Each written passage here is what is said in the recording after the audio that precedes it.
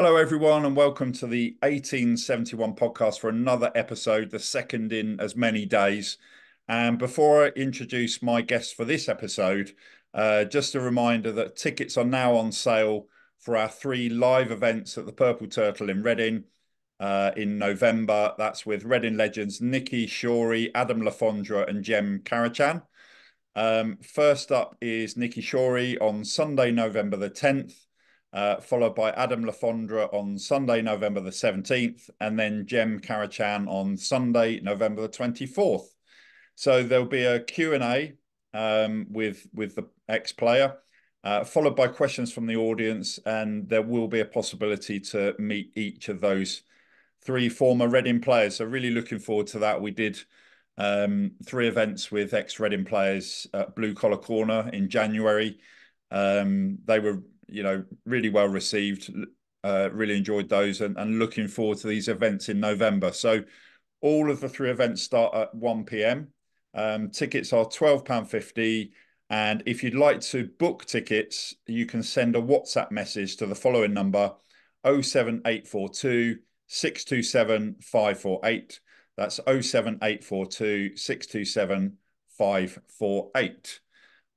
So really looking forward to those three events, three proper legends of Reading Football Club, all play for Reading in the Premier League. So that's coming up at Purple Turtle in November.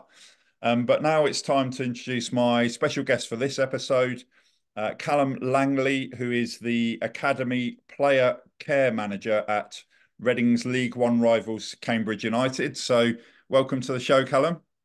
Good afternoon, Mark. How are you doing? I'm well, thank you. Really well today. How are you yourself?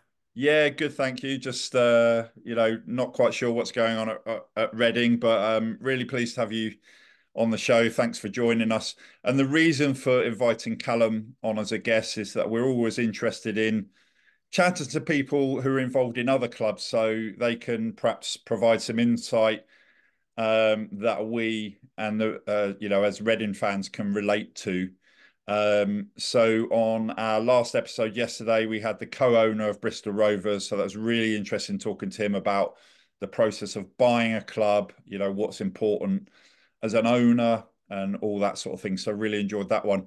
And Callum, really appreciate you coming on. So I'm going to take a guess. I think I know a little bit about what player care manager at an academy would be like, but do you want us to want to talk us through your role, give us a summary of what you do and how it all works and what your main kind of responsibilities are? Yeah, of course. I think an academy player care manager. I think there's no real defined job description, which makes it really exciting, really interesting.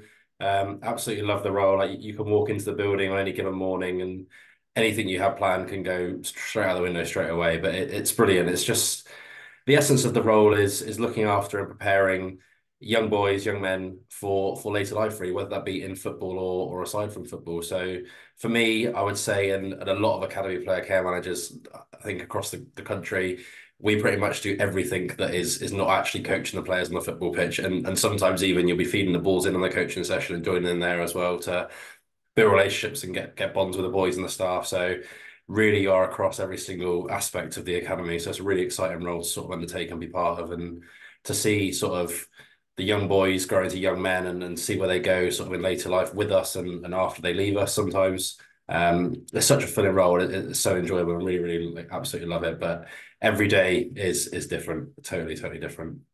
And just to sort of go back to what you said there, so it's literally the objective of this role and the reason why you've got this role is to look after them as individuals rather than the coaching side of things. That's pretty much it, is it?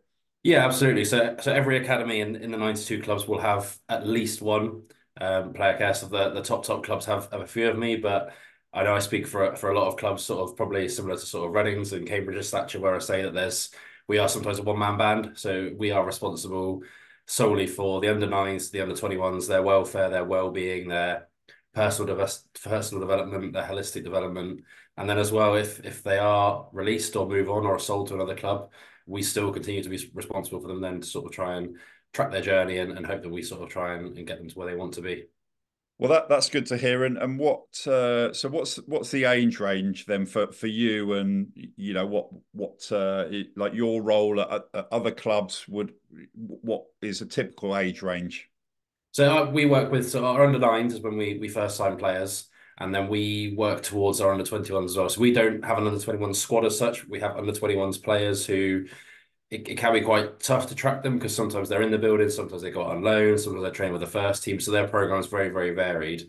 Some clubs will have an under 21s team, like a unit, so it's a bit easier to track them. But you're working on the basis of you're looking after 150 boys, and quite a lot of the time you're looking after their parents as well and making sure they understand the system and answering queries and questions from them. And because some parents that their boy loves football, it's their dream to play, and they're lucky enough to be really, really good at it and something that they love and enjoy. But the parents aren't always massively clued up on football, and that's okay. Like, I think if somebody asked me to recite all the rules of the football league, I would struggle. So for some parents, it is a real tough thing when they're not interested in football, don't understand football, and there's a lot to go on to look after the boys. So it's as well as educating the boys and developing them holistically. We've tried sort of really pushing this season actually as a parent education program to try and sort of educate them on nutrition, sports science, what the rules look like, how to use the PFA to their advantage and different things. And I think that's really important as well. Like we say that the kids give up a lot, but the parents give up so much to get their boys to sessions 3, 4 times a week, sometimes from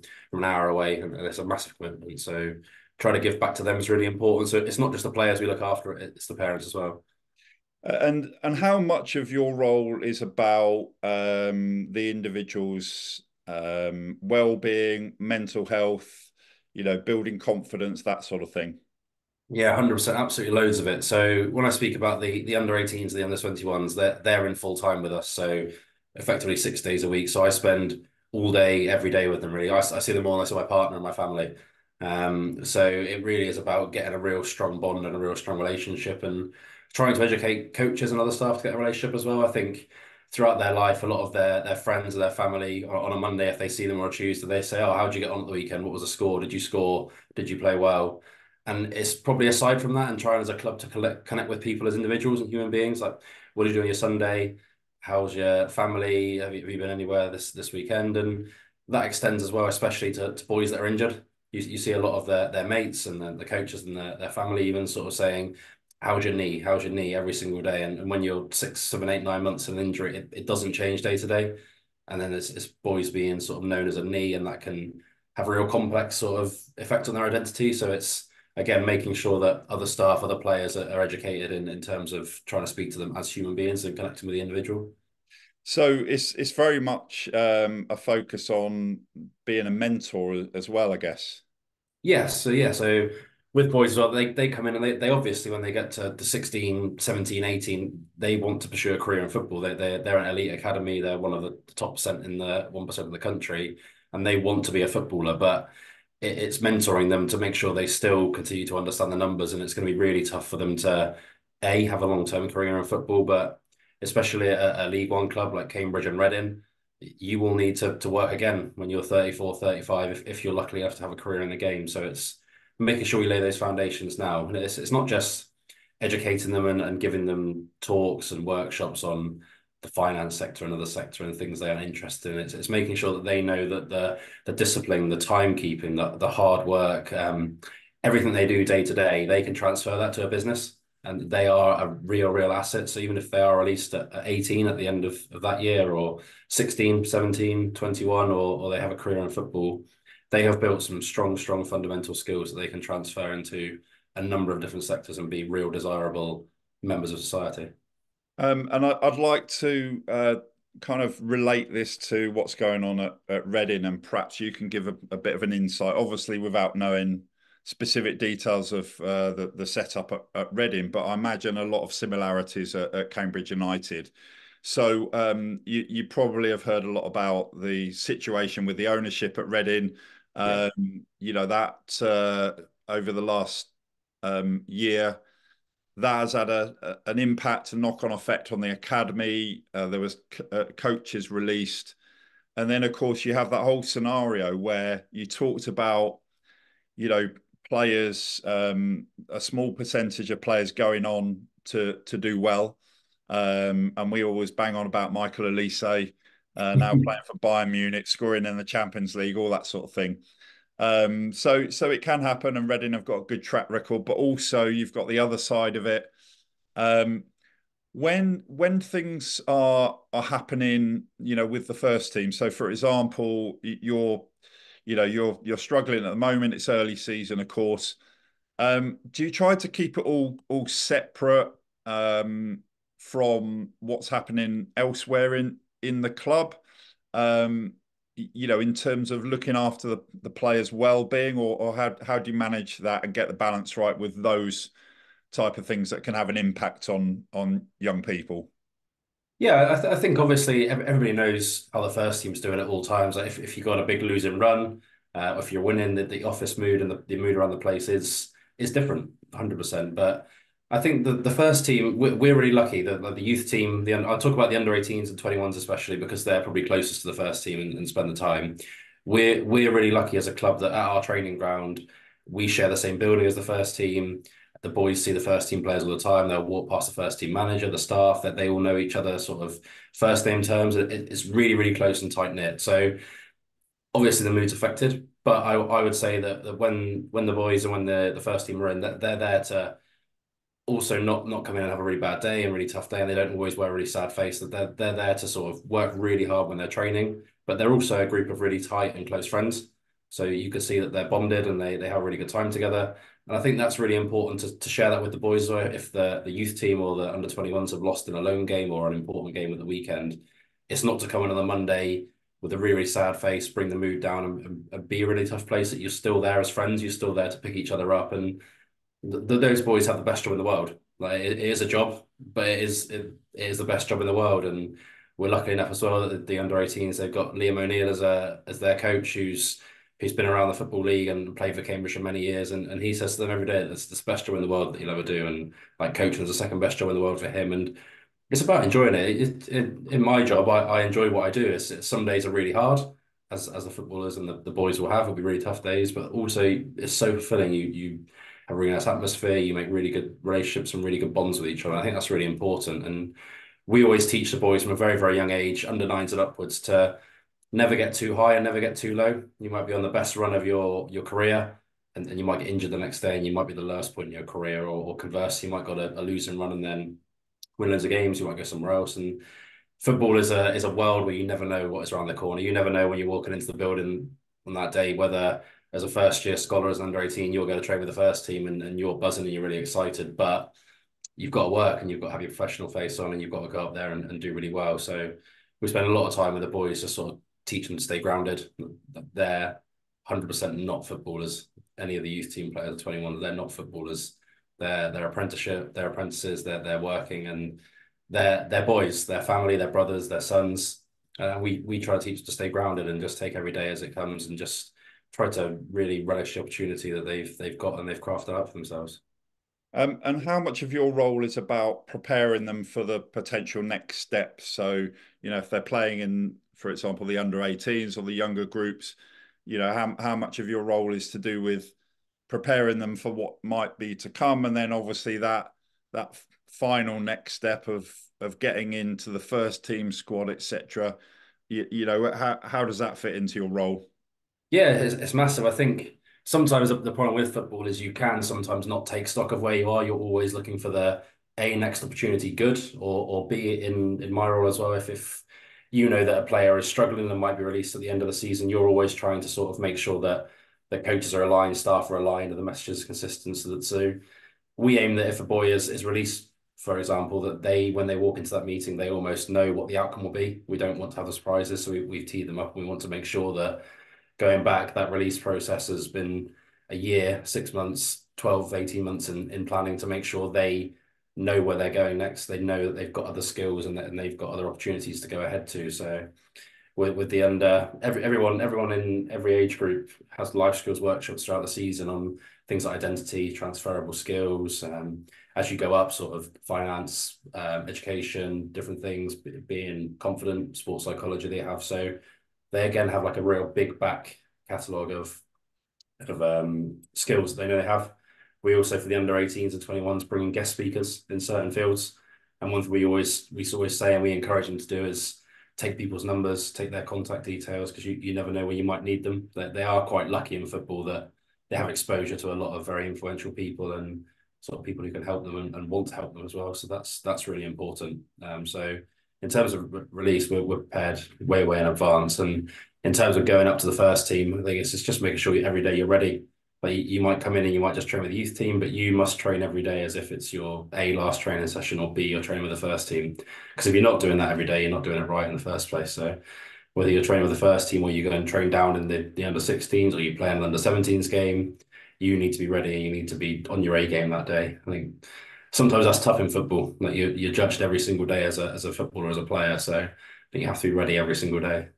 And I guess that applies to you as well, because if you know if you play a game and get a couple of injuries, then there might be an opportunity for a player to come up from the academy, perhaps a bit sooner than you expected. So, you know, how do you kind of prepare yourself for situations like that?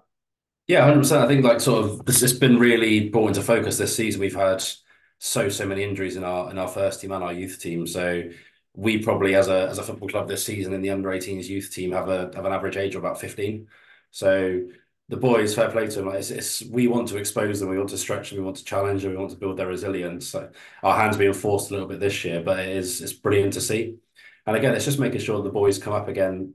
We're lucky that as a football club, I say like with the first team, the 21s, the 18s are the same building, so they've got exposure to great role models and great people. So when, for example, trialists come in or under 16s, under 15s come up into the youth team, we've got a real good core of boys who just look after them for the minute they come in, which makes my job easier, makes coaches' jobs easier, and they're brilliant with each other. They're so close. They would have trained on the same site just last year, so they know them by face anyway and recognize them. But they're really welcoming. They are a team, they are a group, and the person that's coming in is going to fight for their team the same way as they are. So it's in their interest to welcome them in to sort of make them feel welcome.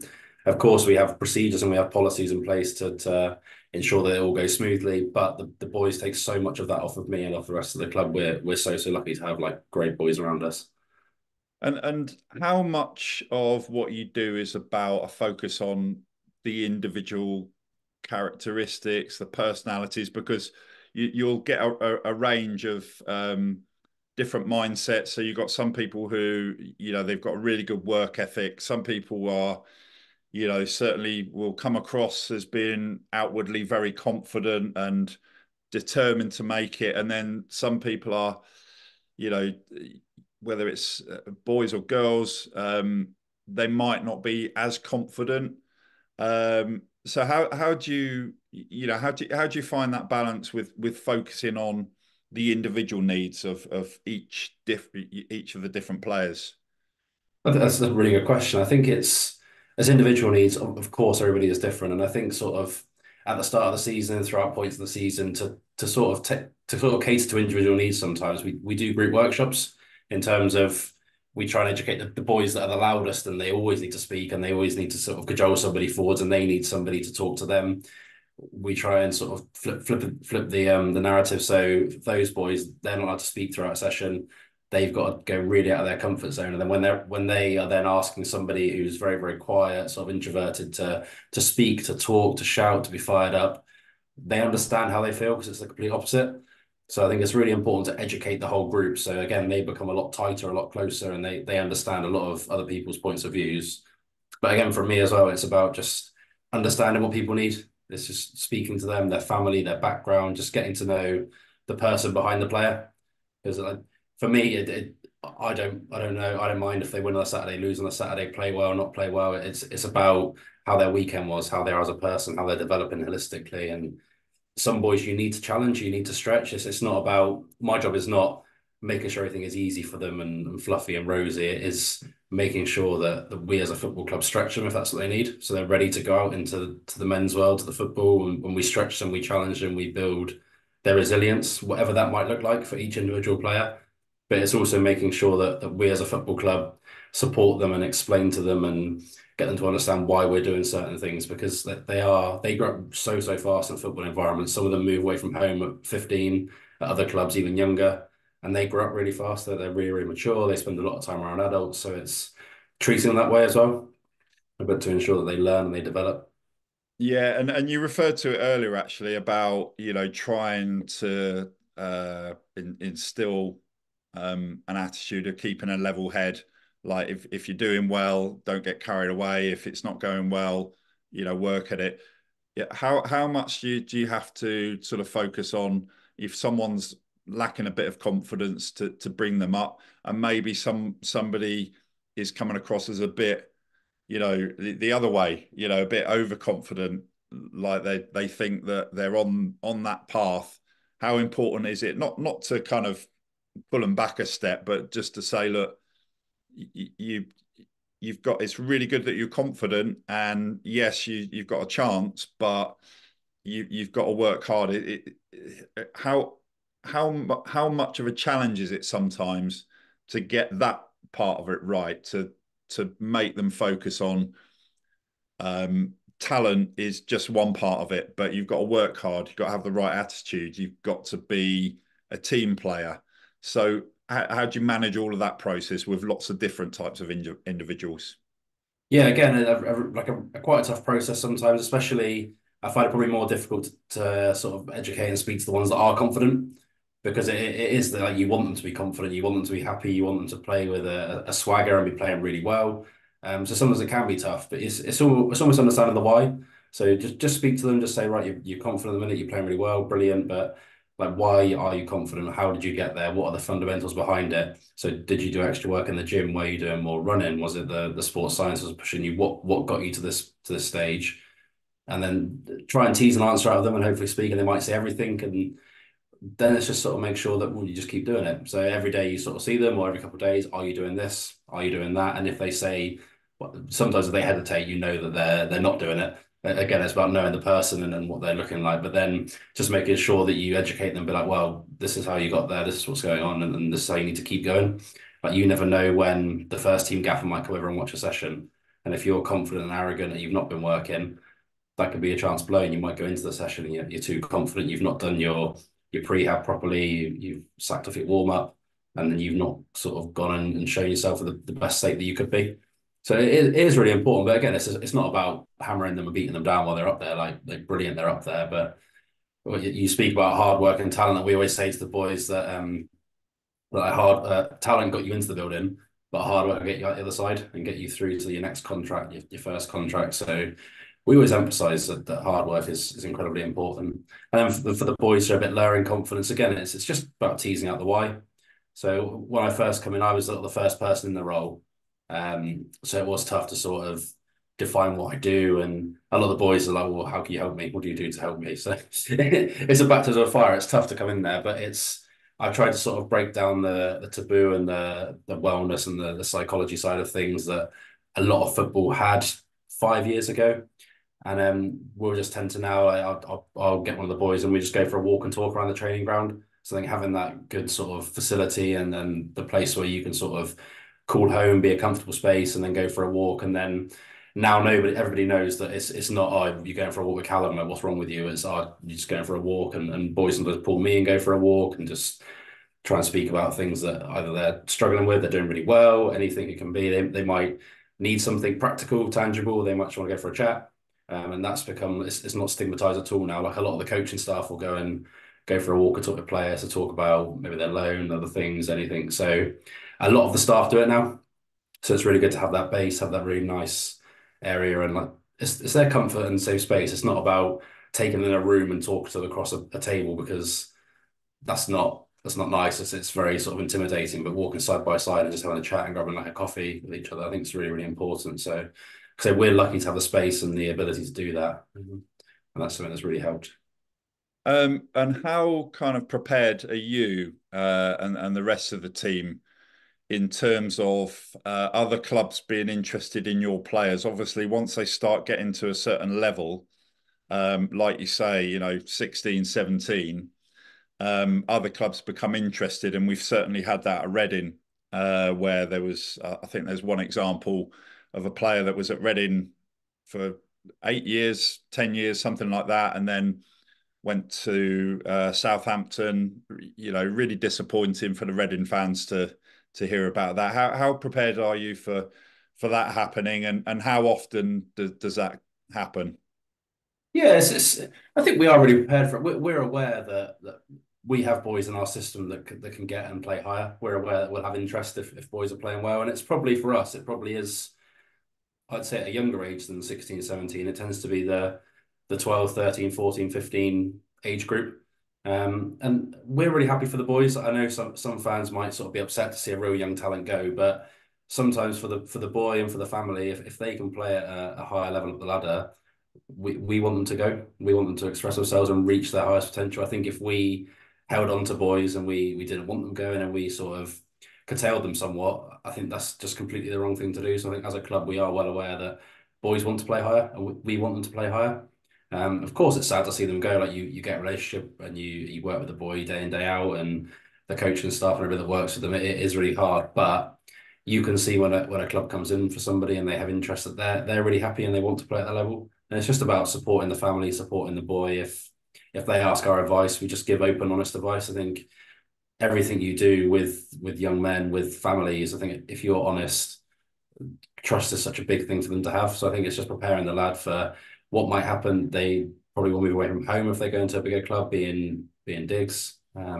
Just making sure they understand what that looks like, what the parents understand what that looks like, and if they want to go, sometimes there's not a lot we can do about it. It's just about just supporting them and making that transition away from our club as nice as it can be. I think the two biggest parts of a boy's experience at the club is when they first walk into the building and the doors and they see everything and how professional we are. And when they leave and transition away from it, I think that's another important stage. And if we aren't open, honest, and we're not happy for them and we don't support them in those stages, then they might not come back to us when they need us. They might have been with us for 6, 7, 8 years, and they might go to a bigger club for 1 year, and we're their base, their family. We want them to come back to us if they ever need support next year, 5 years, 10 years times. We want them to come back to us. We want them to like the club and come back. And it's always nice to see when old players come back that have been here. So it shows that we've done our job. Where was caretaker in the role that supported that boy at the time, did a brilliant job and supported them well. And I think it's really important, really tough for the fans, really tough for the staff to see them go. But I think as football clubs and as people who look after young people, it's our duty to sort of look after them and help them and wherever they can to realise and reach their highest potential. And you said that you obviously really enjoy the job. What gives you the greatest satisfaction? What do you really get a buzz about? Is it when a player goes to the first team squad, or is it a lot of other things as well? Yes, that's really tough. That's really hard. I think obviously when they go on loan or when they get in the first team squad, when they make their debut, there's no other feeling like I feel like when I watched Bart's made his debut this season and just watching him come on off the bench and watching Brandon score his first goal for the club, like things like that, you feel like a proud dad. It's really weird, like it's really hard to explain it, but like you see these boys more than you see your partner. So those things brilliant. They're really, really good. But another thing which probably I'm one of the only people who will find this the nicest thing is when boys have been released, like them talking to us, them sharing their achievements and accomplishments. Like that's lads who have since they've been released started their own business, they've got into unis, they're going to play for other clubs, and achievements like that, and making sure that like make us seeing that we've done a really good job by them. They want to come and tell us that they've shared their experiences and they're doing things and meeting up for a coffee and then just being happy and fulfilled. And sometimes they might just say, "I want to play step two, step three, step four football, but I've got this business interest. I want to do this. I've got this going on." One of the boys has gone to America for uni this season, and he's having an absolutely amazing time. And I think just caretaking and showing that boys like they've got potential after football and they can then be role models for the younger generations. I think that's really, really important. I really, really am happy when boys walk away from the club, but they are successful going forwards. And that's really, really nice. Yeah, try and send your best ones to Reading if you can. But I just want to ask you, you touched on it earlier actually, that obviously you've got your processes in place. You kind of know how to prepare for situations where things don't go well for some of the lads.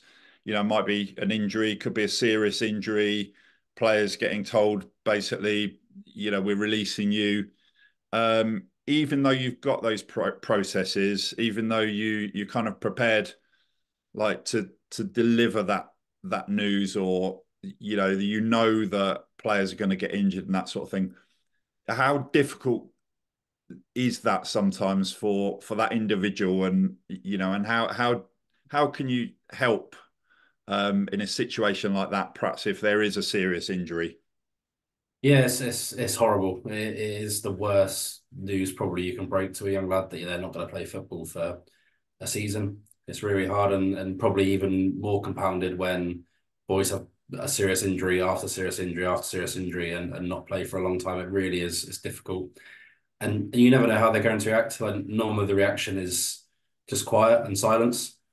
And I think in terms of that, it's being able to sit with a silence in the first instance. It's not speaking to them and keeping going and talking and filling that silence. Sometimes you just want to sit in silence and sit in quiet. Like I think it's making sure that you understand that nothing in that moment that you say or do is going to make anything better, and being able to understand that. And I think just giving them space to breathe, understand if they need to ring parents or they need to speak to me or somebody else. I think it's important in my role as well to understand that I won't have the best relationship with every single player in our academy, from under nine to under 21. It's impossible. So if they need somebody else to be there when there's news delivered or go and speak to somebody else, I think it's allowing them to go and do that and having a relationship with those people.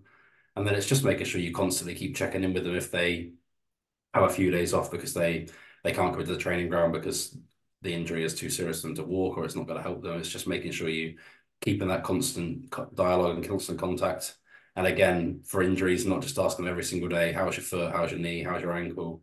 It's what else she's doing, how's your family? And I think communication with the family as well. Like when those things happen to anybody from the age of 18 down, their parents are going to be the ones that are going to take the brunt of the disappointment, the upset, and the angst at home. So it's just making sure you communicate with parents about perhaps things that they can do to help as well, and And just I mitigate think that. that I think for the player as well, especially perhaps a young player, it's sometimes going to feel like it's the end of the world. It's like, I had my whole kind of life mapped out and it's been taken away from me. And that's you're moving then into the area of looking after their mental health, aren't you, I guess?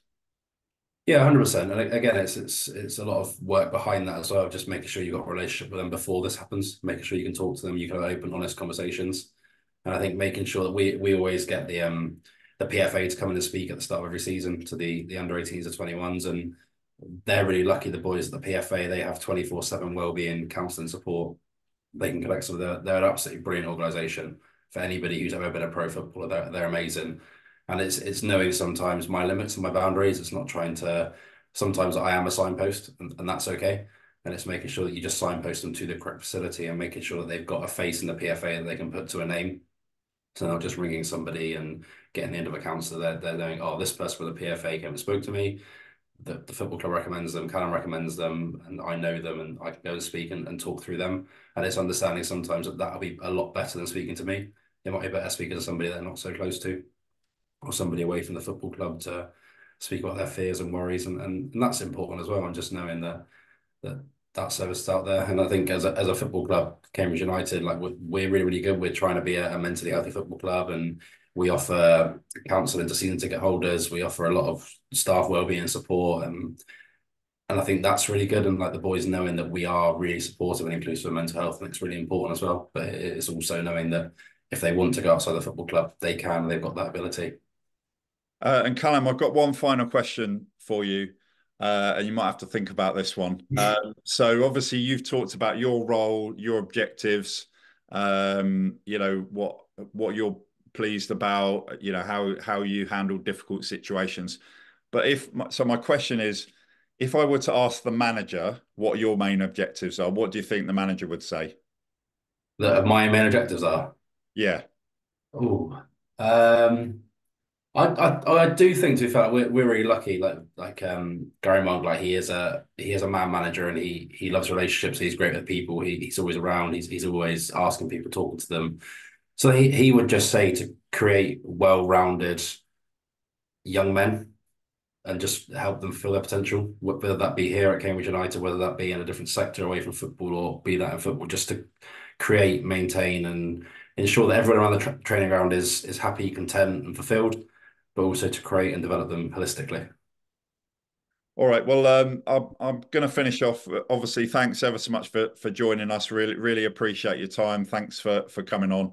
And I'm going to finish off as I did yesterday with the Bristol Rovers co-owner, and wish you luck for the rest of the season. apart from any time that you're playing against Reading, obviously. But no, wish you well and really appreciate your time. That's totally fair enough. Again, I wish we're Reading well as long as they don't finish above us. All right. Well, thanks very much, Callum. Really, really appreciate you coming on. Thank you, Mark. Thank you. It's been a good afternoon.